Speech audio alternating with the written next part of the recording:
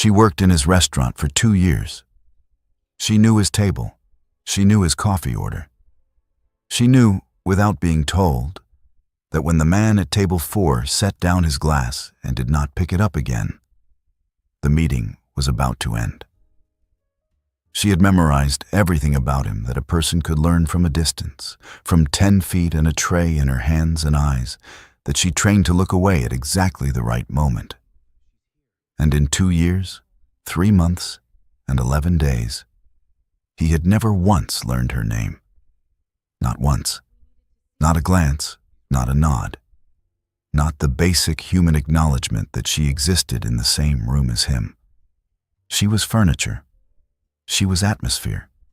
She was invisible, and she had worked very hard to be exactly that. Until the night someone pressed a gun against the back of her head in the parking garage of his building, and Cassian Drax stepped off that elevator, looked at the scene in front of him with eyes that processed danger faster than most people processed weather, and said 4 words in a voice so controlled it was more terrifying than any shout. And those 4 words changed everything. For her, for him, for the city that belonged to one of them and had been slowly destroying the other. Stay with me. Because what happened between Marlo Voss and Cassian Drax is not a love story the way you've been told love stories. It is something rarer. It is the story of what happens when the most invisible woman in a room is finally, irrevocably, catastrophically seen. Her name was Marlo Voss, 29 years old.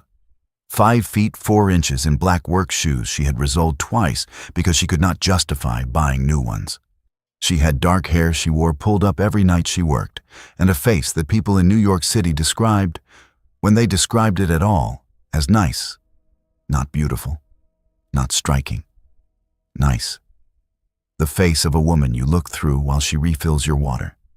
The face of a woman who has spent so long being overlooked that she has started to use it like a tool. The Obsidian was not the kind of restaurant you found on the internet.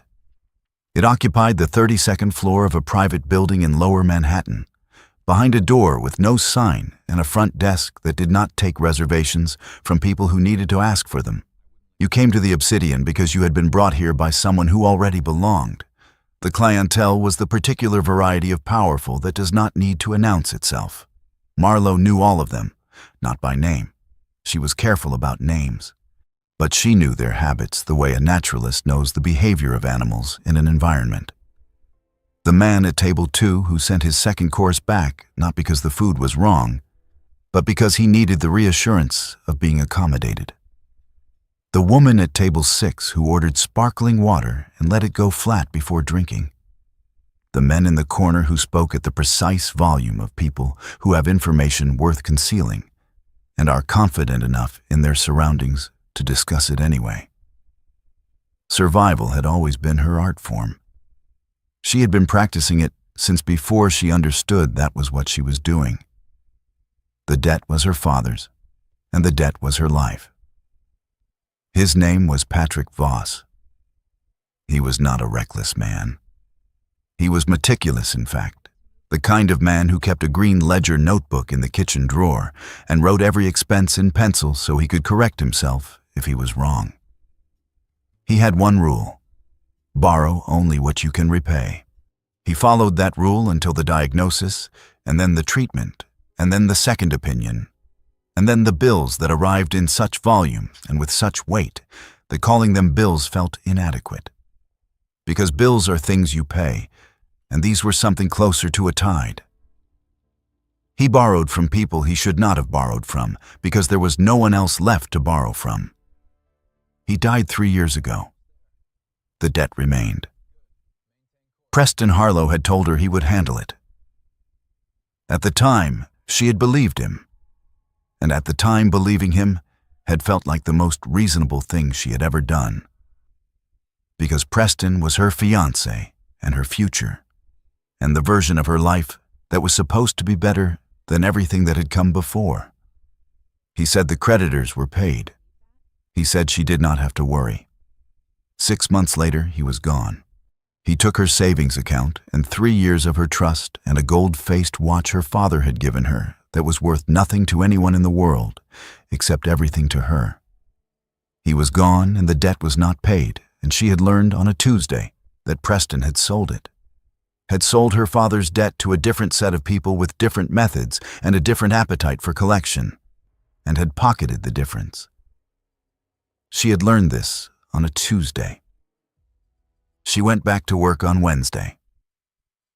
She kept a copy of Meditations by Marcus Aurelius in her apron pocket every shift. Her father's copy, the paperback so read and reread that its spine had cracked in a dozen places and learned to hold itself open without her hand. She read it on her breaks in the back booth by the kitchen pass. With free coffee she had earned by covering 3 doubles for a coworker named D, who had 2 children and a custody battle, and the specific exhaustion of a woman who has given everything to everyone and has nothing left to give except her presence at the table. You have power over your mind, not outside events. Realize this, and you will find strength. She had read that passage until the corner of the page went soft. The private event that night was already setting up on the VIP floor. She heard about it the way she heard about everything at the Obsidian, through the things people said slightly too quietly near the elevator, through what the event coordinator muttered while reviewing the guest list. High security. Private dinner for Mr. Drax and associates. The usual rules. No photographs, no names, no exceptions, no mistakes. The usual. Marlo tied her apron straight. She took a breath. She went upstairs. She had no idea that the next several hours were going to change the entire shape of her life.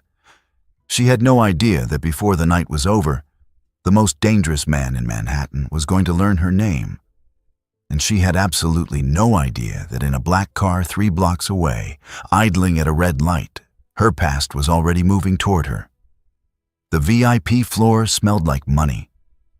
Not the smell of new money, which is synthetic and self-conscious, but the smell of money so old it has become ambient, present in the fabric of the furniture and the particular quality of the air conditioning, and the way the lighting had been calibrated to make every person in the room look like a decision maker. Marlo moved through it the way she always did. Purposeful, efficient, a presence that arrived when needed and vanished when not. She was refilling table 3 when she felt it. Not a sound. The sensation, the specific skin-level awareness that registers before the eyes do, of being watched with intent, not admired, not assessed the way men sometimes assessed waitresses, watched the way a hunter watches an exit. She kept pouring. Her eyes moved sideways, the technique her father had taught her before she understood why she would need it. Don't turn your head, Marlo. Look sideways. You always see more that way. Table 9. The man was seated at the far end, half turned from his conversation, body oriented toward the room. 50s, heavy-set gray suit, hands resting loose and still on the tablecloth. She had seen this man twice before. Once outside the payment office where she made her monthly debt installment. Once near the coffee shop where she met Dee on Sundays. It was not coincidence. She no longer believed in coincidence. She set the carafe down. She checked her phone at the side station. The text was from a number she had never seen. He knows where you live, Marlo. Tell us what Drax discussed at table 4 tonight, or we collect what Preston owes. We have been patient. That ends now. She read it twice. She put the phone back in her apron. She picked up a fresh tray. She walked back out onto the floor. And she made a decision in the 10 steps it took to cross the room. She was not going to do it. Not one word. Not one gesture. Not a single piece of information. Her hands were completely steady. Her heart was hammering in the back of her teeth. Both things were true simultaneously, and the second one was the one that mattered. Because the room could not see her heartbeat. It could only see her hands. She was being used as a spy inside the most dangerous room in Manhattan, positioned there by a man she had once trusted with her future, weaponized against a man she had spent 2 years learning to be invisible around. She thought of the book in her apron pocket. Never esteem anything as of advantage to you that will make you break your word or lose your self-respect. Not tonight. Not for them. Not ever. 20 feet away, at table 4, Cassian Drax was speaking in low, measured tones to the men across from him. He had a glass of wine at his right hand. It had been there for 40 minutes. He had not touched it. Not once. And somewhere in the precise, comprehensive awareness he brought to every room he entered, something registered. A person in the wrong state of alertness for their position. A specific quality of controlled fear that he had learned, over many years and difficult circumstances, to recognize from across a crowded room. He did not look directly. He filed it. He would return to it. The phone in Marlowe's apron pocket vibrated twice more before the end of the evening. She did not take it out. She cleared the tables. She refilled the glasses. She disappeared when she was supposed to disappear. And she was almost to the door when she heard, from table 4, behind her, not addressed to anyone in particular, but landing on her anyway, like a hand on the shoulder. "You have been working this floor for 2 years. She stopped. She turned around. He was still at the table. His second in command, a man named Eli, who communicated primarily through the quality of his silences, stood a precise 3 feet to his left. Cassian was looking at her the way he looked at everything, completely without performance, with the total focus of a man who has decided that divided attention is a luxury he cannot afford. "What is your name?" he said. In 2 years, 3 months, and 11 days, he had never asked. "Marlowe," she said. He held her gaze for 1 second, then 2, then gave a small, deliberate nod that meant something had been filed and would not be forgotten. She picked up her tray and left through the service door. She did not look back. What she could not know, because she was already gone, was that Eli said nothing at all in the silence that followed. He didn't have to. He had worked beside Cassian Drax for 11 years, and in that time, he had never once seen him ask a staff member's name. Not one. Not in 11 years. Eli looked at the door she had walked through. He said nothing. He waited. Cassian said, in the quiet voice he used for the things that cost the most to say, "Pull her file. Employee records. Night shift."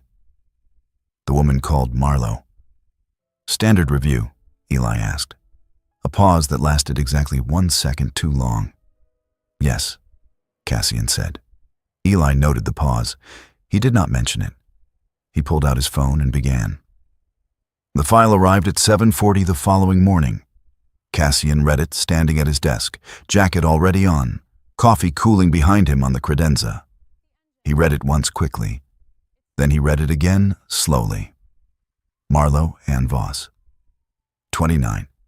No criminal record. No affiliations with any organization he controlled or opposed. Employment history across 7 years of waitressing, none of it connected to anyone relevant. An apartment in the West Village. A bank account that moved small, precise, regular amounts. The financial signature of someone managing a debt on a schedule, not drowning in it, but swimming through it deliberately every month, with the discipline of someone who has decided they are going to survive this. Her father, deceased, Patrick Voss, a careful man by every visible record. Her former fiancé, Preston Harlow. Cassian looked at that name for 3 full seconds. Preston Harlow was a fixer. The city had many of them.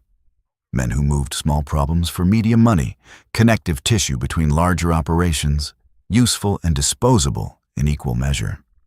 Preston Harlow had done business 18 months ago with a group called the Levin Organization.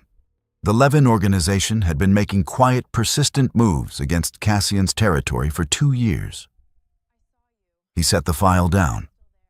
He did not pick up his coffee. He stood at the window looking at Manhattan in the early morning light, that particular gray gold that the city wore on its good days. And he thought about a woman who had turned around when he spoke to her without flinching, who had answered in a single clear syllable, who had looked at him the way almost no one looked at him anymore, without fear in the front and calculation behind it. He picked up the phone. "Eli, sir. Preston Harlow. Everything we have. Cross-reference against the Levin Organization. And run the text intercepts from last night against every staff number in the building. Quietly. Timeline. This afternoon." He hung up. Eli's report came at 2. Cassian read it without sitting down. The Levin Organization had been using Preston Harlow to run a coercion operation, acquiring the debts of people adjacent to Cassian's network and leveraging their financial vulnerability to extract intelligence. Marlowe's father's debt had been specifically acquired 8 months ago. The timing aligned exactly with the beginning of Levin's surveillance of the Obsidian. And the text intercepts.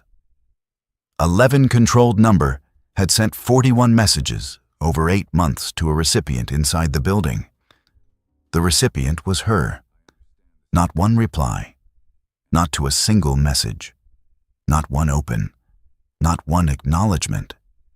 She had been receiving threats for 8 months and responding to all of them with total, principled silence. Cassian put the report down. "She is not working with them," Eli said. "She has been refusing them. Every message, every escalation. She's been doing it alone, without telling anyone, without asking for help." He paused. That takes a particular kind of nerve. Cassian moved to the window.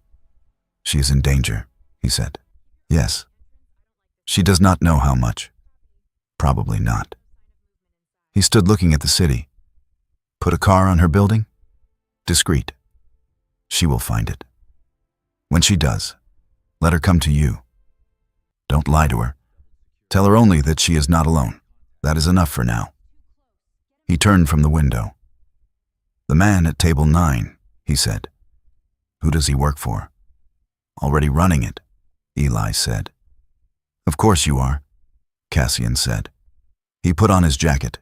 He thought, as he crossed to the door, about a woman carrying a worn-down philosophy book in a restaurant apron, about 41 unanswered messages, about the specific quality of courage required to be afraid and invisible and right all at once, for 8 months, without anyone knowing. The city spread below his window, vast and indifferent, full of people it had already decided to swallow. He had spent 12 years deciding which ones to pull back out. 3 nights later, she was leaving after close, taking the elevator down to the parking level to cut through to the side street the way she always did, the faster route, the 2 years of habit route, the route she had never once thought twice about. The garage was quiet. She was 30 feet from the exit when they stepped out. 2 men. She recognized both of them in the same half-second. Table 9 on the left, the man who had been parked outside her building twice this week on the right. They moved with the unhurried certainty of people who have already locked the exits in their heads. "Marlowe," the first man said, her name in his mouth like a claim. "You did not respond." "No," she said. "I did not. We were patient with you. I appreciate that." She kept her voice even and her face neutral, and her heart rate in her back teeth where it could not be seen. "I am not interested." He stepped closer. "This is not a negotiation," he said, and reached for her arm. The elevator behind her opened. The sound it made was soft. Just the mechanical release of pressure, the small exhalation of moving doors. It was soft, and it stopped every person in that garage as completely as a gunshot would have. Cassian Drax stepped out. He was alone except for Eli, who materialized at his left shoulder, with the quiet inevitability of something that was always going to be there. He was not scheduled to be in this garage at this hour. There was no event, no meeting, nothing on any calendar that placed him here, now, at this specific moment. He looked at the two men. He looked at Marlowe. He read the entire room in the time it takes to exhale, and he crossed the distance between the elevator and the scene, not fast, not aggressively, not with any quality that could be called performance, but with the complete, terrible calm of a man who has never in his life needed to hurry because the outcome was never in question. He stopped. He looked at the man closest to Marlowe, and he said 4 words. "Take your hands off." The man had not yet made contact, but he stepped back as though he had. The second man went completely still. The garage was not breathing. Table 9 tried to speak. "Mr. Drax, this is a private." Cassian did not look at him. "You are in my building," he said. "There are no private conversations in my building." He let that sit for exactly the right amount of time. Then, "Who sent you?" A pause. "The Levin organization?" the man said, and immediately understood he had answered a question that had not actually required an answer. "I know," Cassian said, as though the man had confirmed something already known, because he had. "And Preston Harlow, is he here?" The man said nothing. "It doesn't matter tonight," Cassian said. He looked at Marlowe. She looked back at him. Her face in that moment was not what he expected. Not gratitude, not relief, not exactly. It was the expression of a woman who has been holding something very heavy for a very long time, and is just, against her preference, against every instinct she has spent years developing, been offered 1 second to set it down. It lasted only a second. Then it was gone and the composure was back. "Are you hurt?" he asked. "No," she said. "Come." He walked toward the exit. She walked beside him. Eli directed the two men toward a wall without raising his voice or touching them, with the specific efficiency of a man for whom this kind of management was so routine, it required no more thought than breathing. The car was at the street-level exit. Black Mercedes, driver waiting, door already open. She stopped at the curb. "I have the train," she said. "Get in the car," he said. Not sharp, not commanding in the way of men who need you to know they are commanding. Just certain, the way of someone who has done the calculation and found only one reasonable answer. She looked at him for 1 second. She got in the car. The drive uptown was 22 minutes. Neither of them spoke for 17 of them. She watched the city through the tinted window, the blocks she knew by their smell before she knew them by sight, the light changing as they moved north, the specific texture of New York at midnight, which is neither awake nor asleep, but running on something else entirely, something metabolic and particular to itself. He spoke first. "How long have they been contacting you?" She considered it for 2 seconds. 8 months, she said. He absorbed this. "You did not go to the police." "No." "You know why?" He did know why.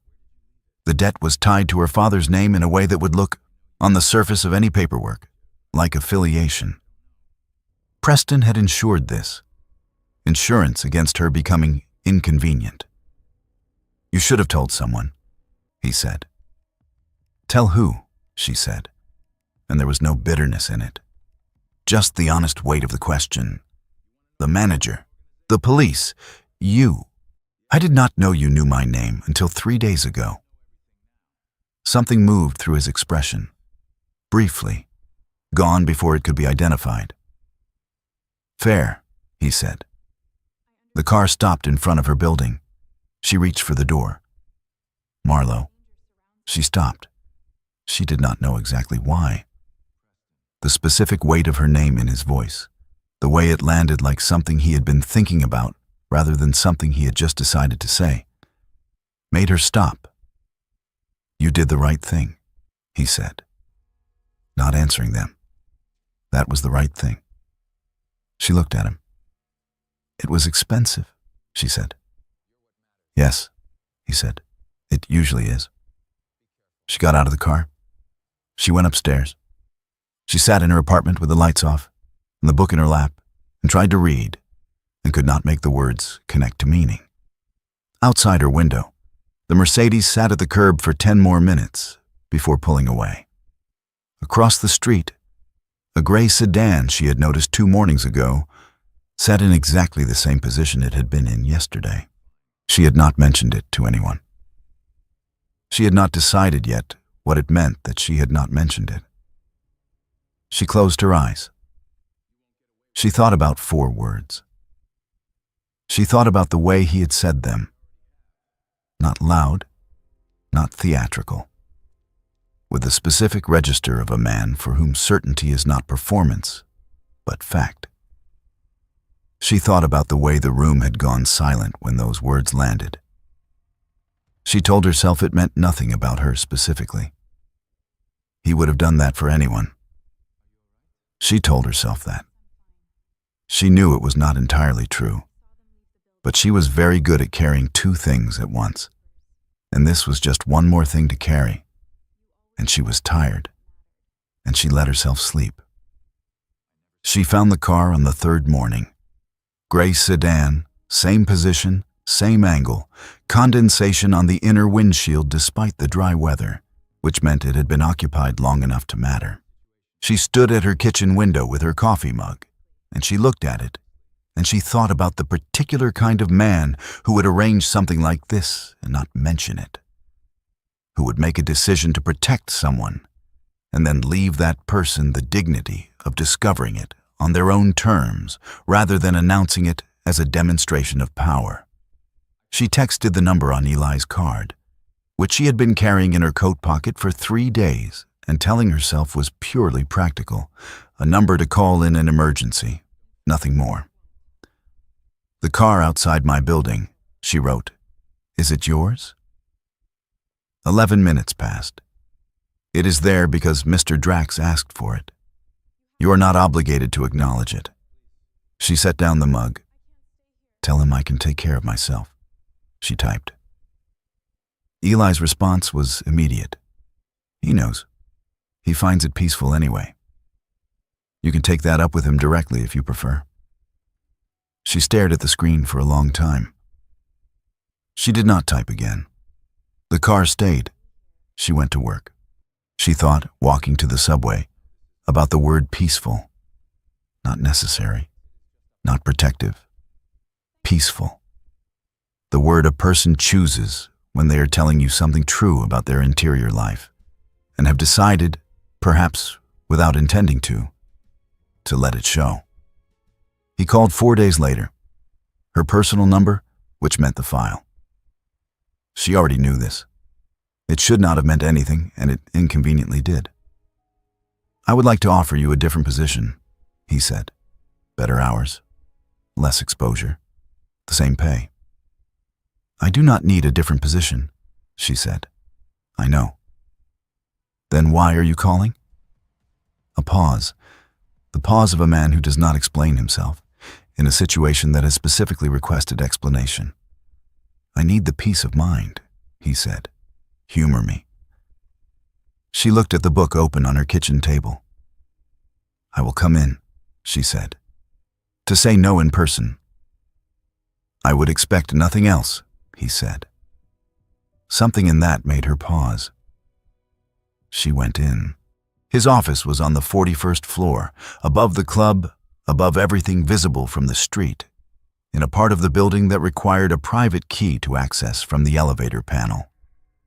Dark wood, clean lines, the kind of space that communicates its own authority without making any argument for itself. She sat across the desk from him. She said no to the new position with 3 specific reasons, which she had prepared on the subway because she did not enter any conversation she cared about unprepared. Changing positions signals a reaction, she said. If the 11 people are watching, and they are, it tells them something changed. I would rather they believe nothing changed. He was quiet for a moment. That is the right analysis, he said. I know, she said. Something happened at the corner of his mouth. Something adjacent to amusement that came before the decision to be amused and did not quite complete itself. She looked at the room. She looked at the bookshelf behind him. Long, dark wood, organized in some system she could not immediately parse. And then she saw it. The same spine, the same faded green, the same edition, cracked differently, worn in a different pattern, but worn with the same intensity, the same repeated need. Meditations. You have it too, she said. He turned.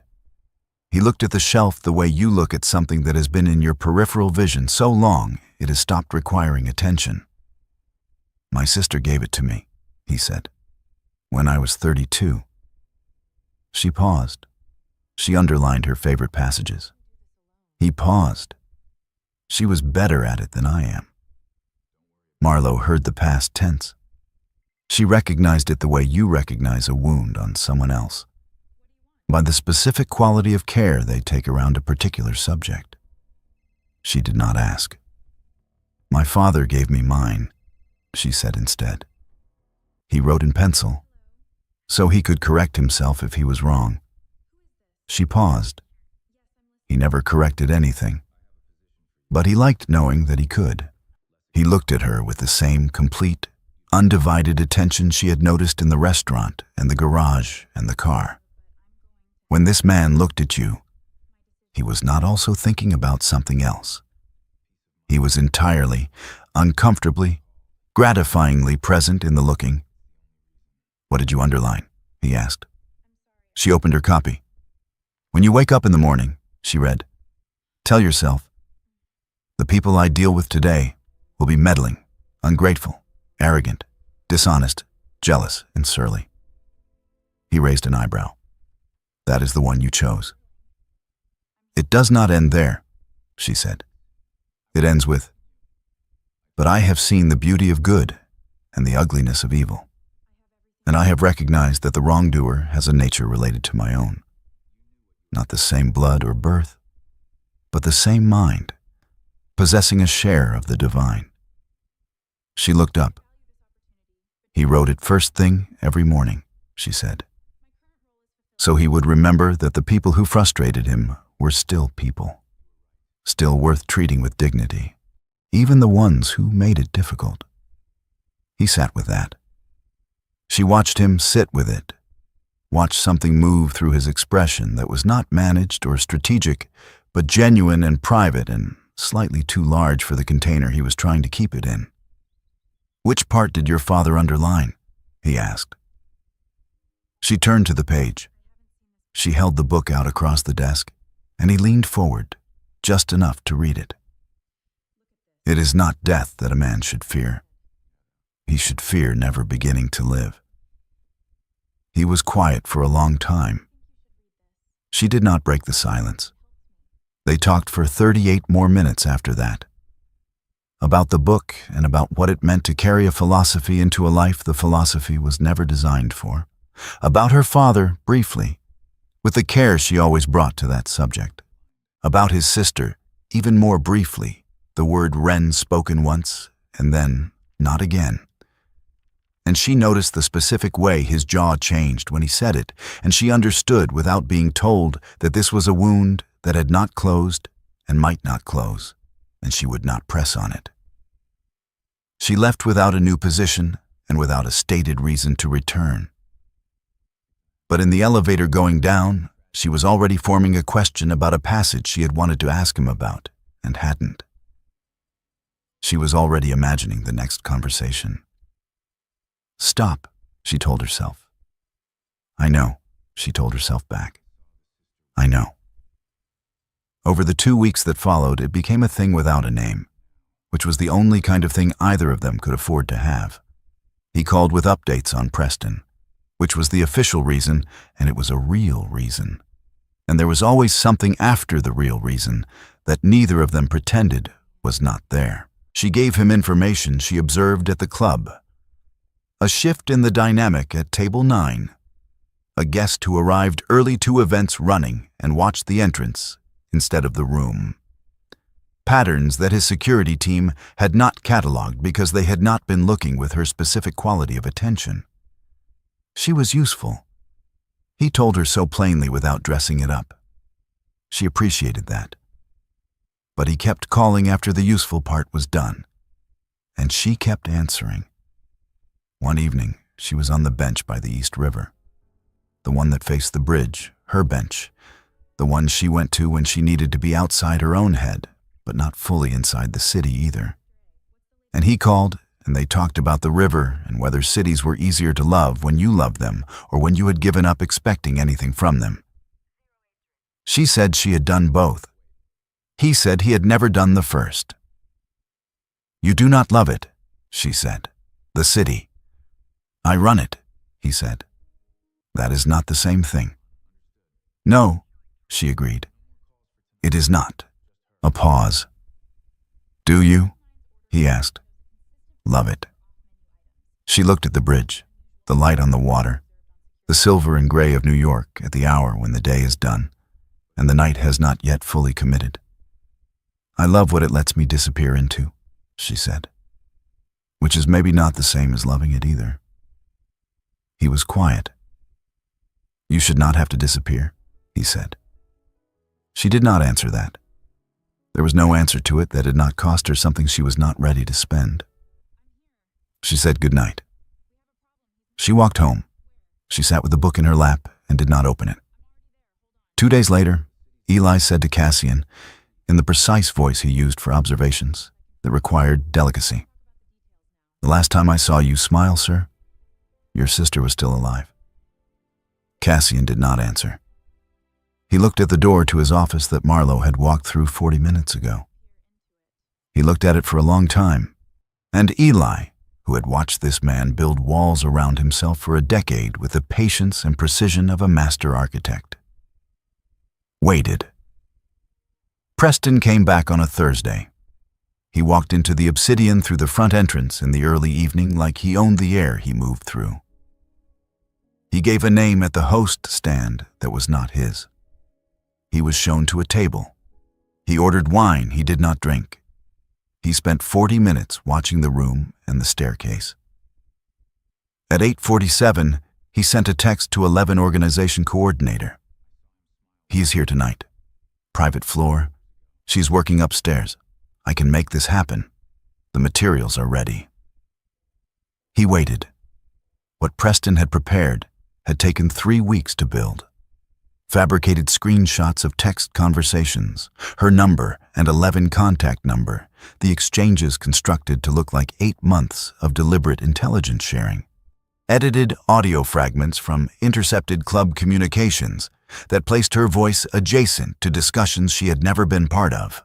A paper trail designed by people who knew what forensic evidence was supposed to look like and could manufacture the appearance of it with professional precision.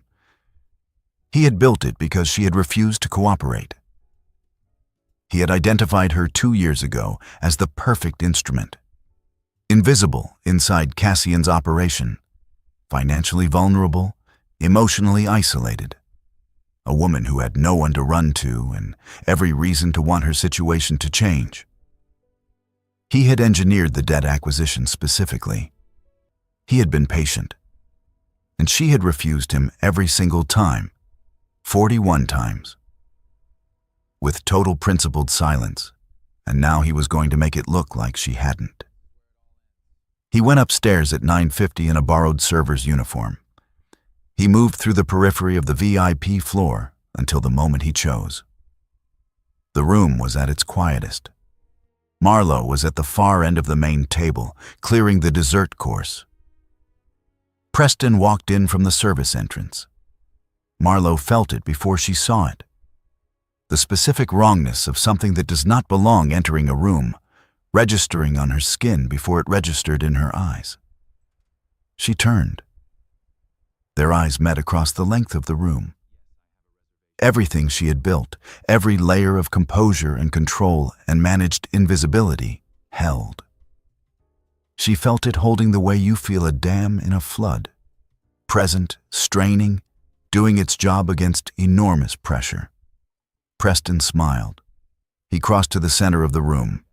He placed a folder on the main table. And he spoke to Cassian. "I think there is something you need to know," he said, "about the woman you have been trusting inside this operation." The room went completely still. Cassian turned from his conversation and looked at Preston with the slow, deliberate attention of a man who has decided to let the other person believe they have the room for one more moment before demonstrating otherwise. "Your waitress has been feeding intelligence to the Levin organization for 8 months, Preston said. She approached them. She volunteered. "I have the complete record of every communication, dates, content, proof."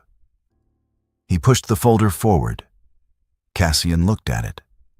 And then he looked at Marlowe. She was already looking at him. Her hands were at her sides. She was not shaking. She was not reaching for justification. She was not performing innocence, which is the thing guilty people do, and which innocent people rarely remember to do when it matters. She looked like a woman standing in the specific stillness of someone who has been here before, in the room where the verdict arrives before the trial, and who has decided that the only thing worth keeping is herself. "May I speak?" she said. Her voice was the only sound in the room. "I do not think that is," Preston started. "I was speaking to him," she said. She looked at Cassian. "I received messages," she said. 8 months of them. I never replied to a single one. What is in that folder was built by the man who stole my savings and sold my father's debt to the people who sent those messages. I have the originals. I have the record of every non-reply. Whatever he has given you is fabricated, and I can demonstrate that." She paused. "But you will have already decided." She said it not as an accusation, as an observation, as the calm, devastating recognition of a woman who understands exactly what she is looking at and has chosen not to perform surprise about it. She looked at Cassian. He looked at the folder. He looked at Preston. He looked back at her. He said nothing. 4 seconds of nothing. 5. 6. It was a verdict. He had said nothing, and that was the verdict, and she understood it and did not collapse under it, which was perhaps the most remarkable thing she had ever done in a life that had required remarkable things from her with some regularity.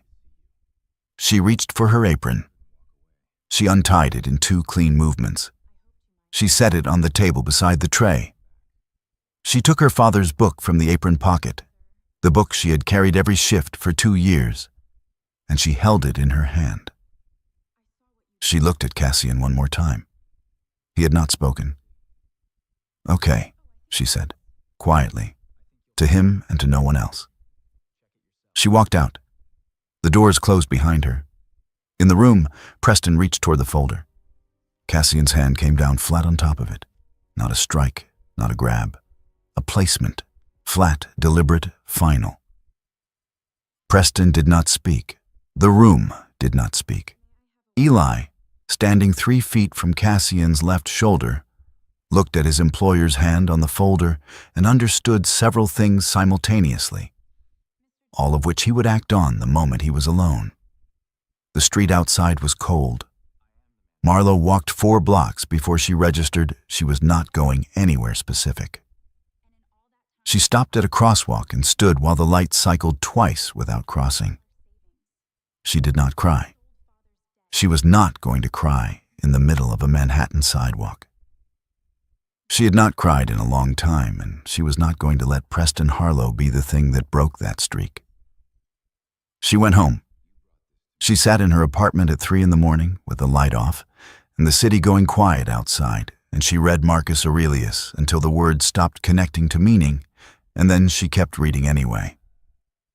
The impediment to action advances action. What stands in the way becomes the way. She read it 3 times. She put the book down. She pulled her laptop toward her and opened it.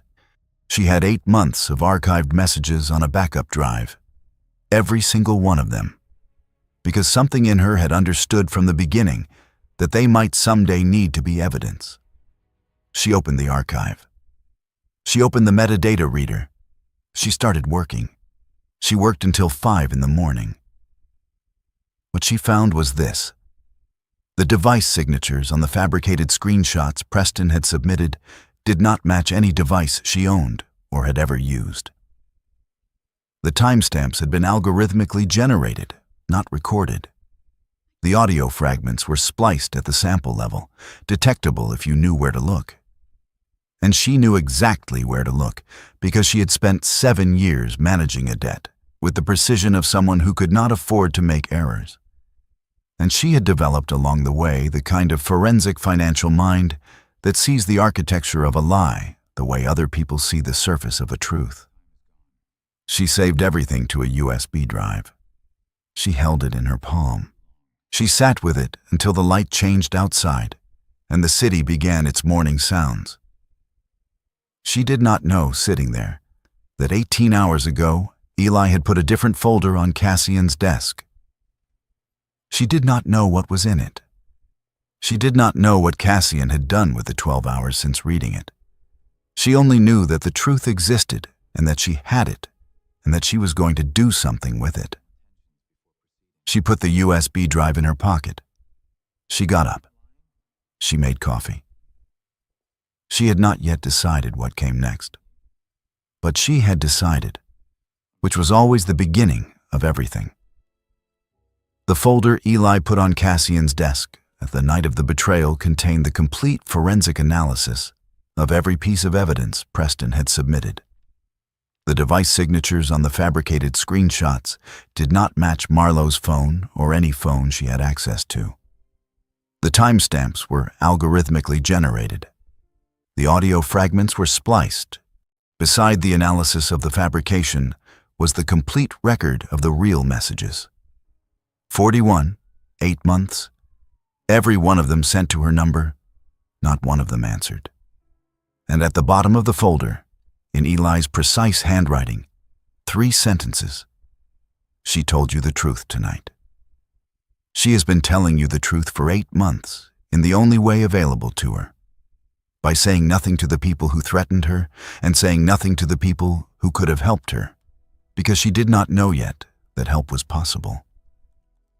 You already knew she was telling the truth.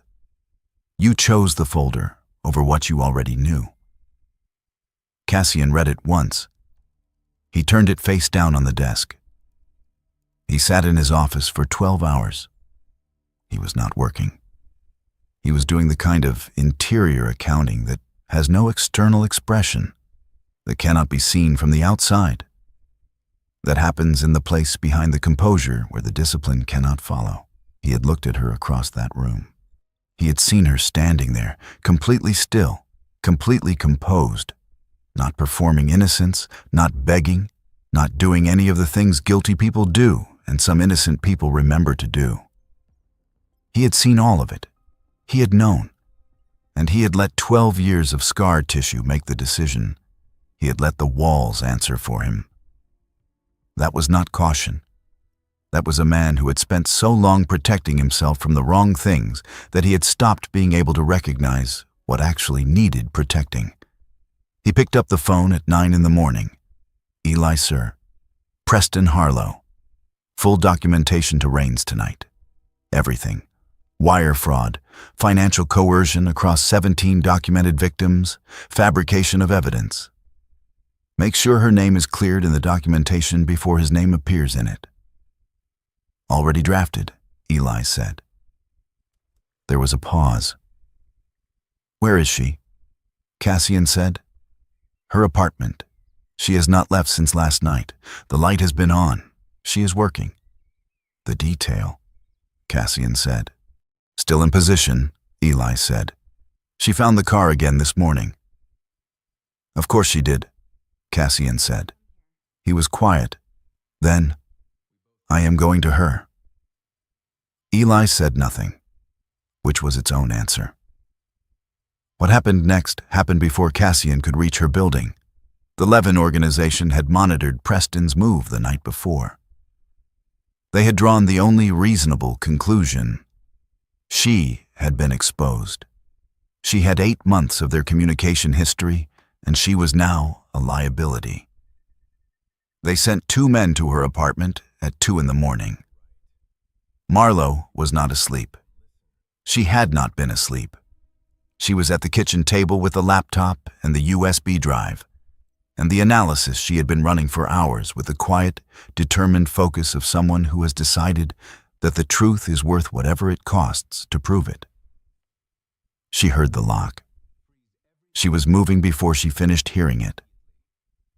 One man she caught with the kitchen chair, edge of the seat across his wrist, hard and precise.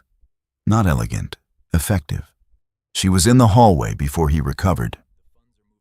The USB drive was in her pocket. The book was in her coat. Her keys were in her hand. The second man was faster. He caught her in the stairwell. She was calculating the fire escape route, left through the courtyard and down the back alley to the next street over. The route Eli had described weeks ago in a text she had memorized because she memorized everything that might matter, when the door at the bottom of the stairwell opened. 3 men she recognized, Cassian's detail. Still there, still in position, even after everything, even after last night. The order had never been pulled. The man holding her arm looked at 3 of Cassian's men and made the only calculation available to him, which was that this was over, and let go. She was sitting on the bottom stair in the lobby when Cassian came through the front door 12 minutes later, laptop on her knees, USB drive in her right hand. One of the detail had given her water she had not opened. She had the book in her left hand, and her composure had that particular quality it gets after a long period of sustained extreme pressure. Not calm exactly, but past the threshold where anything would show. He crossed the lobby in 8 steps. He crouched down to her level. This she had not expected. She had been prepared for him standing above the situation. He crouched, which put him at her height, which was a choice, and she registered it as a choice. "Are you hurt?" he said. "I am fine," she said.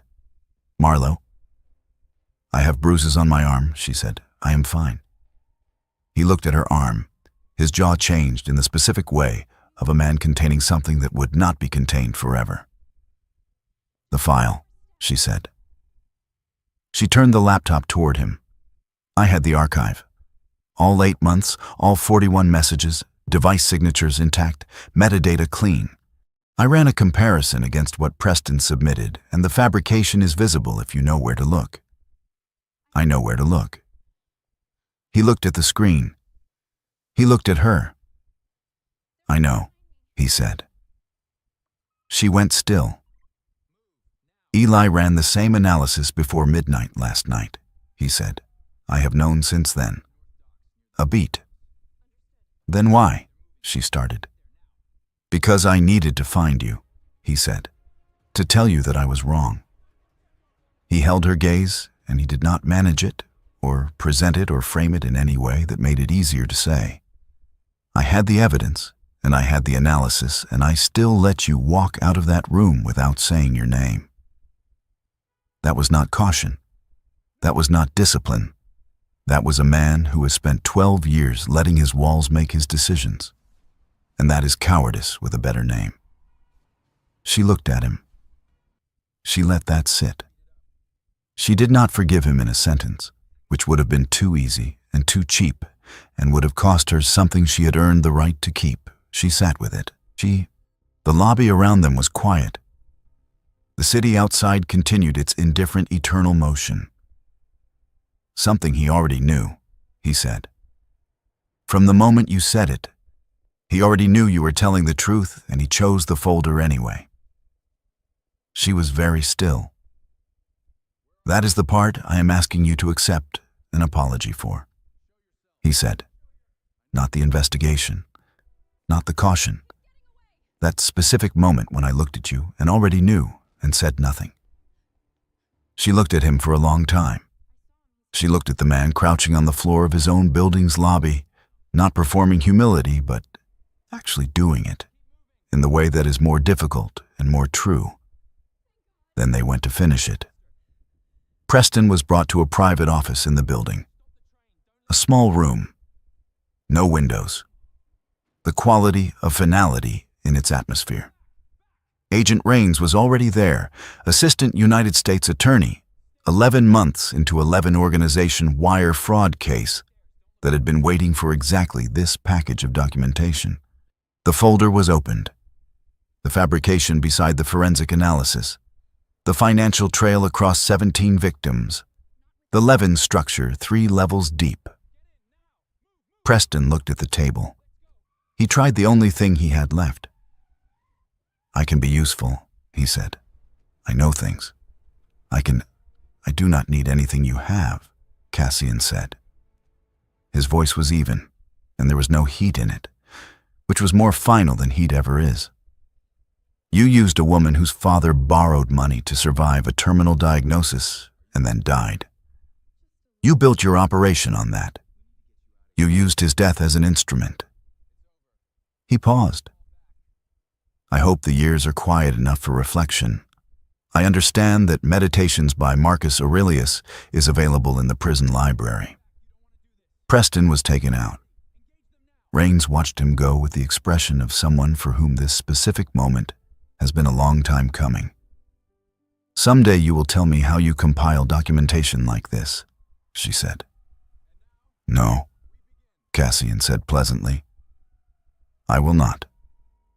She left. The room was quiet.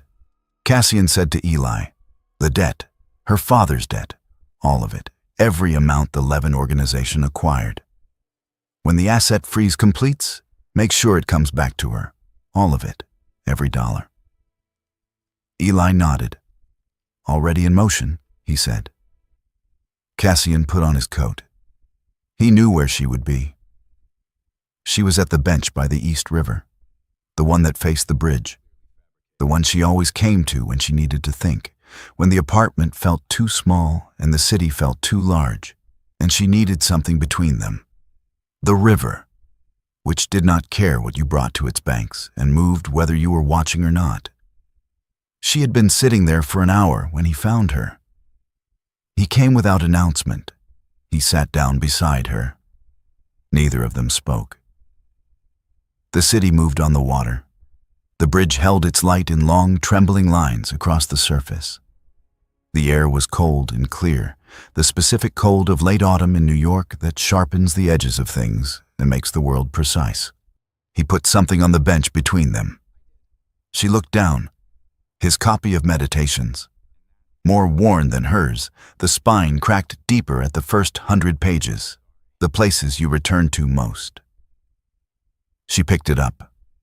She opened the front cover. Inside, in handwriting that was not his, neat and slightly tilted, the handwriting of someone writing to a person they loved.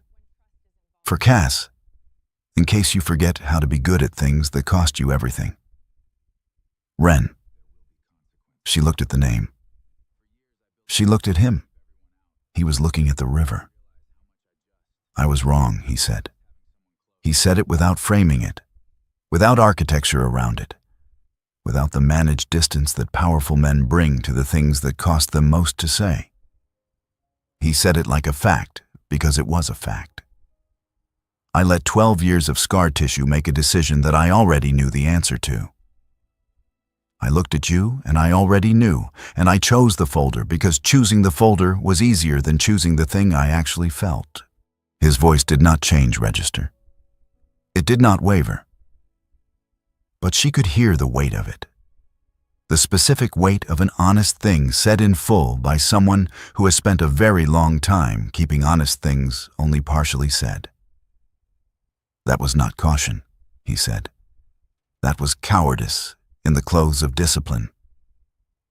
She looked at the river. She looked at her father's book in her hands and his sister's inscription in his. She thought about a man who wrote in pencil so he could correct himself. She thought about how he never corrected anything, not once, but liked knowing he could. She thought about what it costs to say I was wrong to someone whose opinion you have started to care about more than you intended to. Marcus says, she said, and her voice was quiet and even and meant, waste no more time arguing what a good man should be. Be one. He turned and looked at her. She looked back. I'm trying, he said. She looked at the book in her hands, at the name on the inside cover, Wren, written with the specific affection of someone who could not have known it would be the last thing they gave him. She did not hand the book back. He did not reach for it. Both of them understood what that meant. They sat there as the city continued around them, indifferent and perpetual and beautiful, in the way cities are beautiful at night from a bench near the water. When you are sitting next to someone you have decided, finally, to stop pretending you do not want beside you. The river moved, the bridge held, the cold sharpened and then gentled. And something that had been building for 2 years, 3 months, and 11 days, in the space between a table and a service station, between a coffee order and a tray and eyes trained to look the other way, finally stopped needing to be held at a distance and was allowed to simply be. A woman nobody sees walks into a danger nobody escapes. A man everyone fears becomes the only one who protects her. Through betrayal and silence and justice that takes its time but always arrives, she finds love and dignity and a truth worth carrying out of the dark. You do not have to be loud to be powerful. You do not have to beg to be chosen. You do not have to survive quietly and call it living, as though survival and living were the same thing, as though getting through the day were the same as being in it. The right person, the one who has actually earned the right to be beside you, will not arrive with easy words and convenient timing. They will arrive after they were wrong. With the truth in their hands, something changed behind their eyes, and the willingness to say without softening it, I saw you. I failed to see you. I am not failing anymore. Marcus Aurelius wrote it in the mornings before the world needed something from him. He wrote it so he would remember it when he needed it most. It is not death that a man should fear. He should fear never beginning to live. She began. She had been beginning, quietly and without audience, for a very long time. And somehow, sitting beside her on a bench by the East River with his sister's book in her hands, and the city spread out before them like a promise the night had decided to keep. So did he. If this story stayed with you, it is because some part of it is true. Not just the love story. The other part, the part about the woman who keeps going when going, is the most expensive option available. The part about doing the right thing when the right thing costs you something real. The part about being invisible for so long that being seen feels like a threat before it feels like a gift. That part is real. Subscribe for a new story every week. Every one of them is worth your hour. Drop a comment with the line that landed hardest. I read every single one. And if you know someone who needs to hear today that they are not invisible, that they never were, share this with them. I will see you in the next one. And so the story closes. Now, my wonderful friends, you are still here with me at this hour, aren't you? If you truly made it all the way to this moment, then something in this story touched your heart in a way you maybe were not expecting.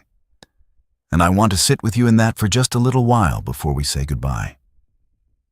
Because here is what I believe. Marlowe did not become strong the night Cassian Drax said her name. She was already strong. She had been strong for years. in the dark, alone, with $11 in her bank account and a worn-out book in her apron pocket and a debt that was not hers to carry. Nobody saw it. The world walked right past it every single night. And she kept going anyway. Marcus Aurelius wrote something that I keep coming back to. He said, "You have power over your mind, not outside events. Realize this, and you will find strength." He wrote that sentence in the morning, before the world needed something from him, as a reminder to himself that the only thing he could ever truly own was the way he chose to meet what came. Not the circumstances, not other people's decisions, not the cruelty or the kindness or the indifference of the world around him. Just the meeting of it. Marlowe understood that before she ever read a single word of philosophy. She understood it the way people understand things they have had to live rather than study.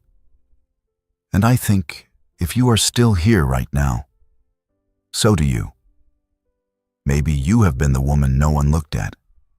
Maybe you have been carrying something that was not yours to carry, paying a debt someone else created, surviving a situation someone else built and left you in. Maybe you have been working the late shift of your own life for longer than anyone around you knows, keeping your hands steady while your heart hammers somewhere they cannot see. If that is you, I need you to hear this. The right people do not miss you forever. They are just not looking yet. And the version of you that is still standing after everything, that version is not invisible. That version is remarkable. Here is the other thing Marcus Aurelius wrote that I want to leave with you. He said, "It is not death that a man should fear. He should fear never beginning to live. You are still here. That means you have not stopped beginning yet." And that is everything. If this story meant something to you, please share it with someone who needs it tonight. Someone who is tired. Someone who has been quiet about something hard for too long. Someone who needs to be reminded that being unseen is not the same as being unworthy. If you want more stories like this one, subscribe to this channel. I put everything I have into every single one of them, and I release a new story every week. And before you go, drop a comment and tell me, what was the moment in this story that stopped you? I read every single comment, everyone. Thank you for staying until the very end. It means more than you know. I will see you in the next one. This story is a work of fiction created entirely for entertainment and storytelling purposes. All characters, names, organizations, locations, and events portrayed in this video are fictitious and imaginary. Any resemblance to real persons, living or deceased, actual organizations, real businesses, or real events is purely coincidental and entirely unintentional. The story does not promote, glorify, or endorse any illegal activity, criminal organization, or harmful behavior of any kind. The mafia and criminal elements depicted exist solely as dramatic and fictional narrative devices, commonly used in literature, film, and storytelling traditions worldwide. All themes of danger, conflict, and power are presented within a fictional romantic drama framework intended for mature entertainment audiences. The philosophical quotations referenced in this story, including passages from Meditations by Marcus Aurelius, are real published works in the public domain, cited respectfully for educational and inspirational purposes. This channel is dedicated to original creative storytelling. No real individuals or groups were portrayed or targeted in this content.